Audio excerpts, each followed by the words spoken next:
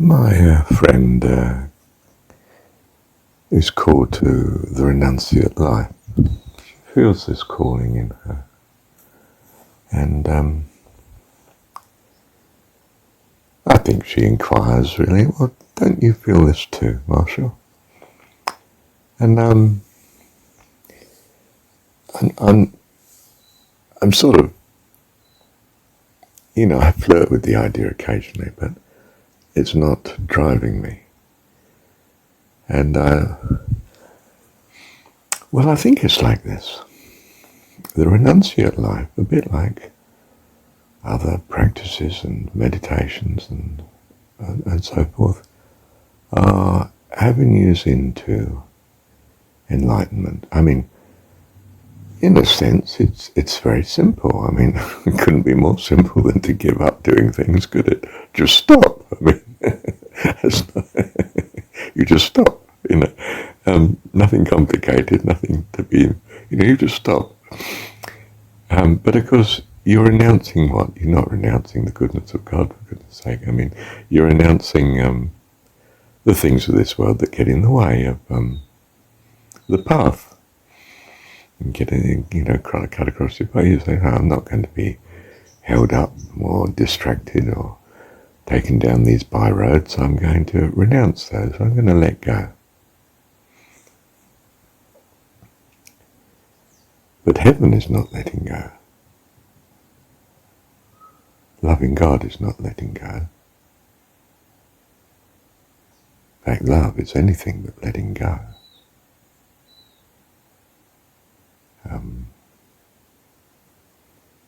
Love holds true, always. So what we're saying is, of course, that it's renunciation is simply a focused way of saying, well, let me get rid of all the distractions that we might classify as worldly and that are not central to God. So, well, we wouldn't give up helping our kids, would we? We probably wouldn't give up loving our partner. Be wrong to give up loving our neighbour that rescued us from dire straits, or our neighbour that would rescue us from dire straits were we ever in them, in such. So we're very clear what we're not renouncing. And in fact, the renunciate life, we hope that the clearance, the gap, the space will be filled with such goodness, such good intention. Obviously, we're not renouncing goodness. We're renouncing distractions, aren't we?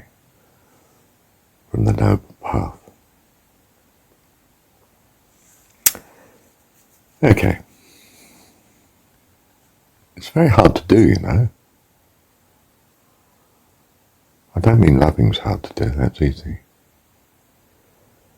It's very hard to renounce, except by filling it with love, loving intention, purity of heart, all the good things we associate with God, all the character of God, compassion and creativity and goodness and loving intention and kindness and you name it. All the things we have personified in our God.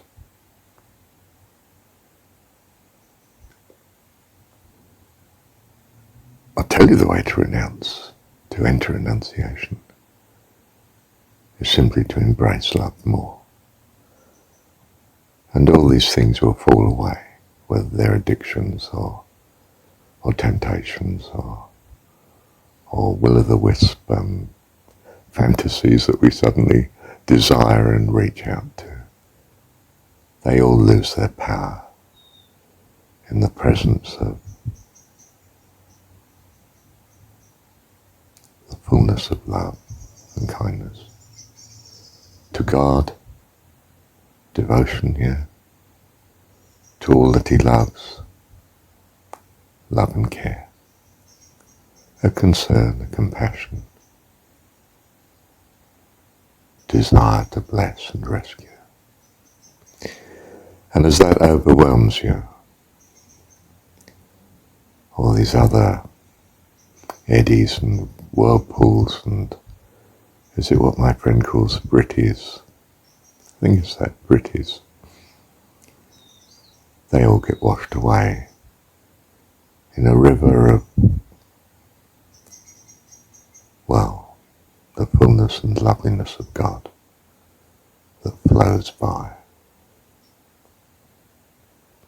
It just sweeps them on, sweeps them away to the sea.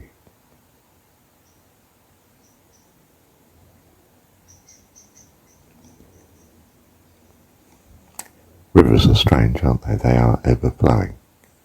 I mean, I realise some dry up, you know, especially in Australia, sad place, isn't it? But, you know, this astonishing thing how it's not a fixed entity. A river by its very nature is something passing. What's there in the next moment is not what will be there in the moment after. It just keeps, like time, passing on, doesn't it? Well, so is the love of God flowing through us. It's not some static void left by renunciation. It's a fullness of life eternal, of creativity of God in us. He never stops working, never stops flying, never stops loving, never stops caring. He is life eternal in us. You know, renunciation is not some dry desert place of isolation. It's God's full involvement in the fullness of the life He's created, in perhaps the many universes that He's created.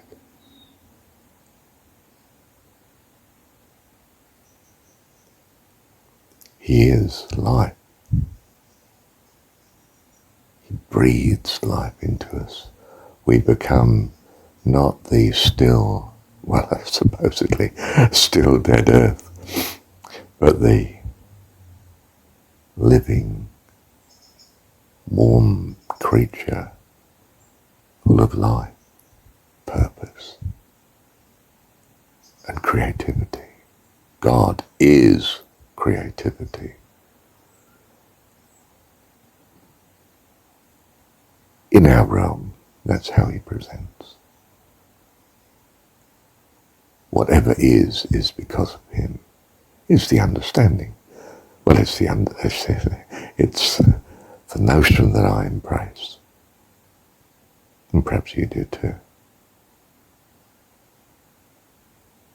Of an awesome God. And we're children of God.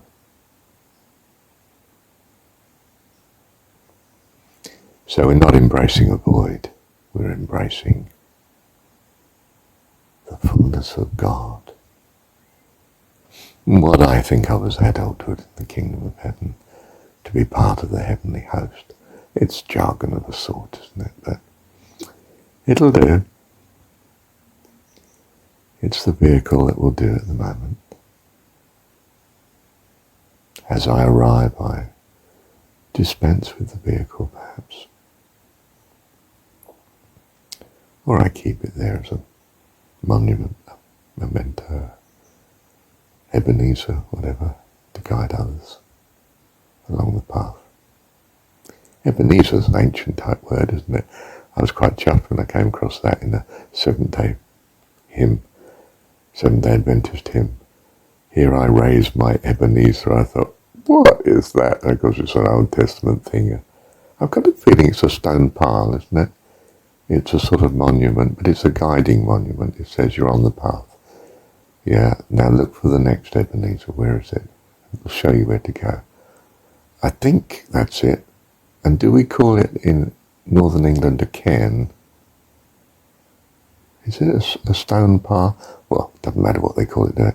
They use stone piles in I think it was the Dales and the Pennines. Hillside, stone there, stones are the only things around really that are lasting. So there's a pile of stones to indicate where the path is. You know, because you can't see the path. The so-called path is not much different to the general moorland around you, you know. But the cairn shows you the way to go, and you look for the next one. A bit like a signpost. Just to find them means that's the next one to go to. You don't go back to the one you've just been to, of course. And so, you know. Yeah, I expect there's a story in that too, but we won't go into that now. Where was I? Yeah. Renunciation.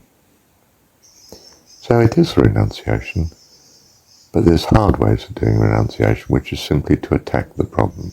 I am going to overcome smoking or drinking or whatever the addiction is, or television or sugar or being horrible to my partner.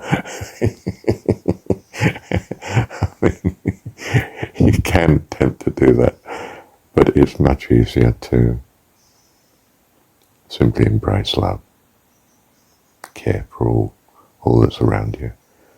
And how do you do that? Well, you can't do that as if you were addicted to not doing it. You have to do it by thinking your way into, empathizing with, listening to, being sensitive to their view of reality. It's frightening. I mean, their view is frightening if you don't have it. You know, you sort of think, oh, that's awful. Fancy being burdened by this view of reality. And your heart goes out to them and wants to rescue them. Well, you're loving them, aren't you? They may not want your rescue, by the way. You might get quite a bit of kickback. But that's not the point, is it? Your heart's there to rescue them. So your whole desire comes to be, what can I do to rescue this person, Lord? Show me. Just saying that by a casual habit, Lord, instead of Heavenly Father. Well, Heavenly Father's rather a long title, isn't it? And Lord flows off the tongue rather quicker, more easily, but it comes from an old association of dominance and authority, and I really should do better. I can't think of a better substitute. Hang on a minute. Yeah, you know, I have trouble even with the name Father, because Father is a bit Victorian to me. It's a bit heavy, it's a bit authoritarian and must be obeyed. Friend is attractive to me. Doesn't sound as though I'm of much humility, of course. Doesn't sound very humble, does it? Refer to God as my friend and me as his friend.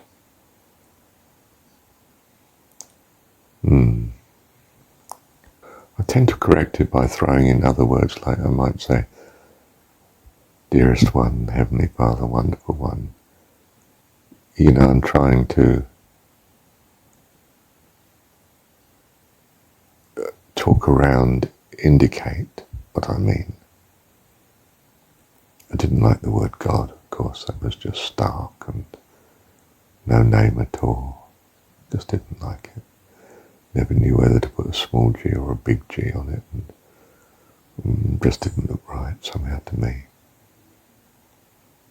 I can't use biblical names like El Shaddai is the nearest I took to, but I'm not really sure of its meaning, quite honestly. Don't think anyone can be sure of the meaning of words, the meaning they had in ancient times and so forth. If I were to say dearest one, it's not quite what I feel he wants.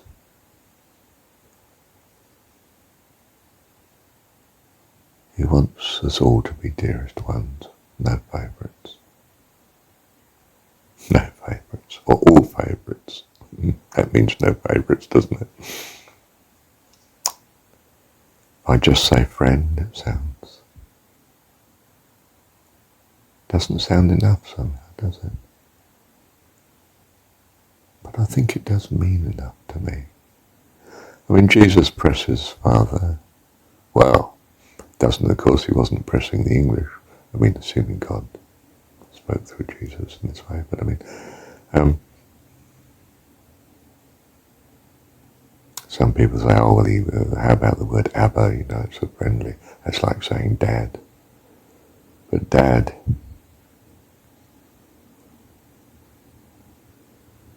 is good to me in a way. Just think about that.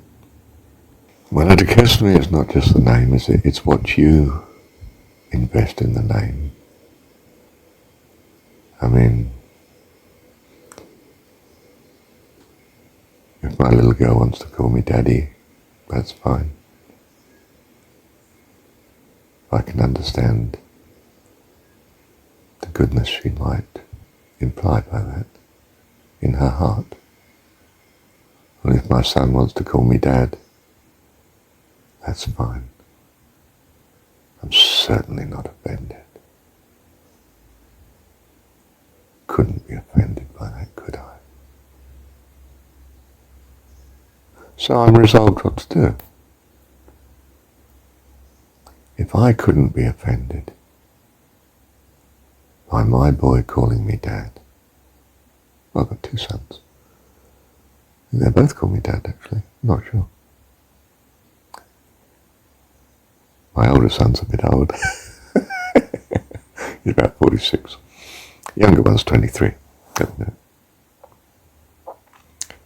They call me Dad, I'm certainly not offended, my goodness. And if I'm not offended, how much more is God not offended? So I'm going to call him Dad. I think. Thank you, Dad. And I might call you Heavenly Father at times because I like that name. But that's rather long. When I'm going at speed, might settle for Dad. Thank you, Dad. Thank you, Heavenly Father.